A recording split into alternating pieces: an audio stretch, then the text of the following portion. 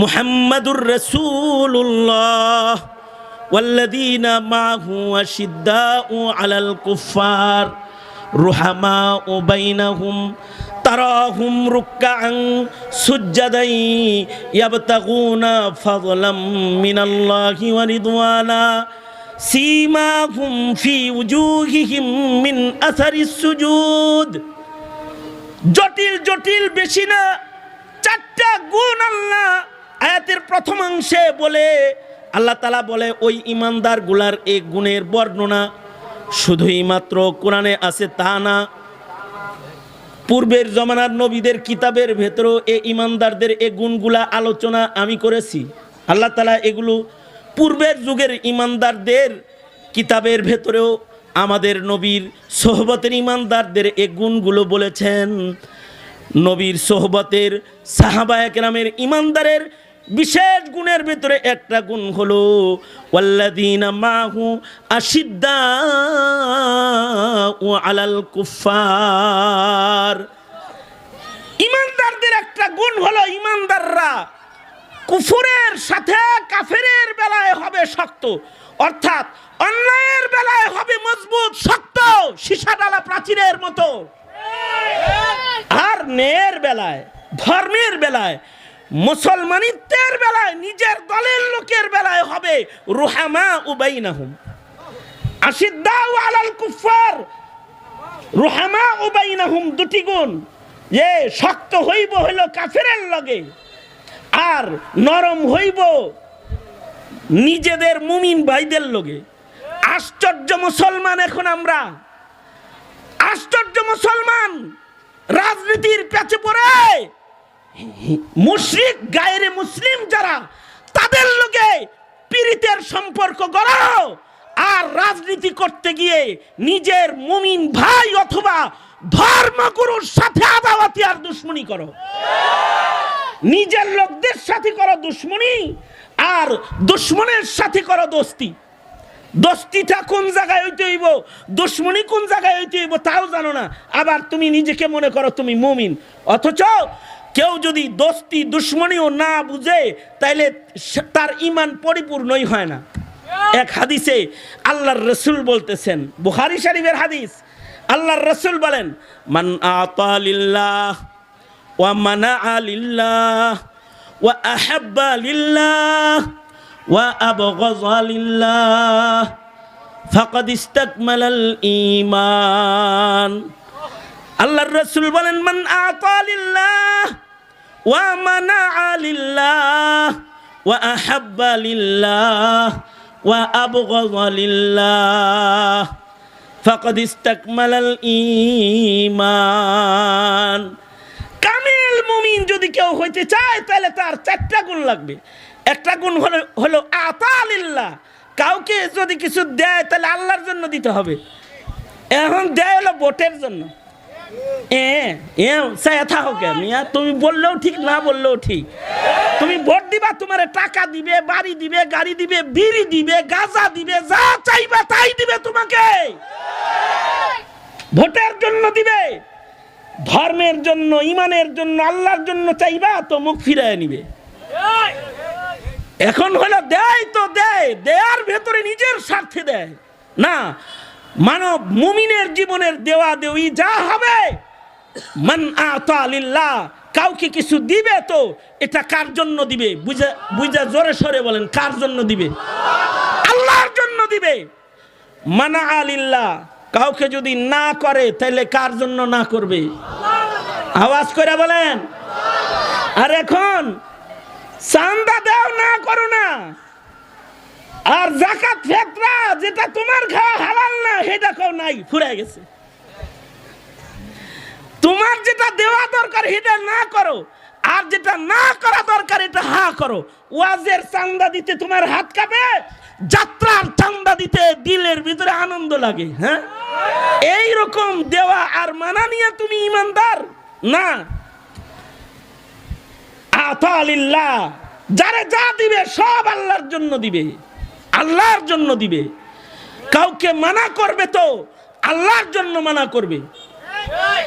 আহাব্বা লিল্লাহ, কাউকে ভালোবাসবে তো আল্লাহর জন্য ভালোবাসবে।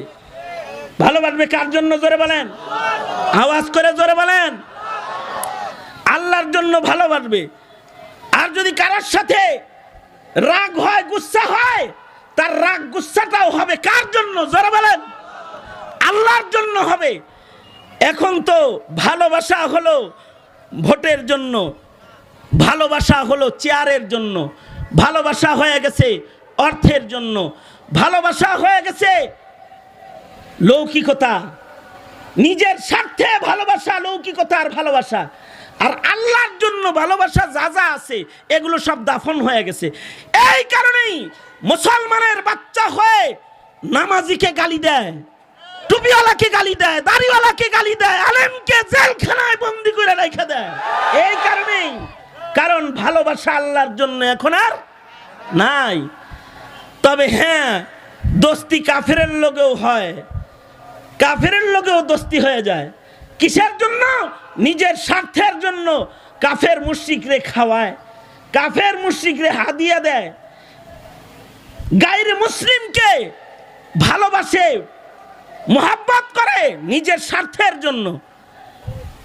কিন্তু মুসলমান হয়ে মুসলমানের সাথে আদাওয়াতি করে স্বার্থের জন্য। অথচ এ মোহাব্বত হবে আল্লাহর জন্য, আর কারোর সাথে হাসাদ হলে সেটাও হবে আল্লাহর জন্য। সাহাবীদের এই জিনিসটা ছিল, সেটা হলো সাহাবীরা ভালোবাসা করত নিজেরা নিজেরা। মুসলমান মুসলমানে ভালোবাসা ছিল, মুমিন মুমিনের জন্য ভালোবাসা এমন ছিল যে তারা আপসে শির ও শাক্কার রুহামা উবাইনাহুম, চিনি আর দুধের মতো হয়ে যেত আপসে। আর অন্যায়ের বেলায় ছিল তারা দুর্বার। এখন তো অন্যায়ের প্রতিবাদ কেউ করলেও মুসলমান হয়েও অন্যায়ের পক্ষে চলে যায়। তাছাড়া 90% মুসলমানের মাটিতেও কাদিয়ানির পক্ষে মুসলমানের আওয়াজ পাওয়া যায়। কি মনে করছেন আপনি এটাকে? কাদিয়ানির পক্ষে, যেই কাদিয়ানি রাসূলের খাতমে নবুয়ত নিয়ে টানাটানি করেছে, তাদের পক্ষে মুসলিম কথা কয়। আর কোরআন হাদিস সুন্নাহ দিন এটার পক্ষ যখন নিতে হয় তখন মুখে কুলুপ আটকায় বৈশা রয়, কুলুপ দিয়ে বৈশা রয়।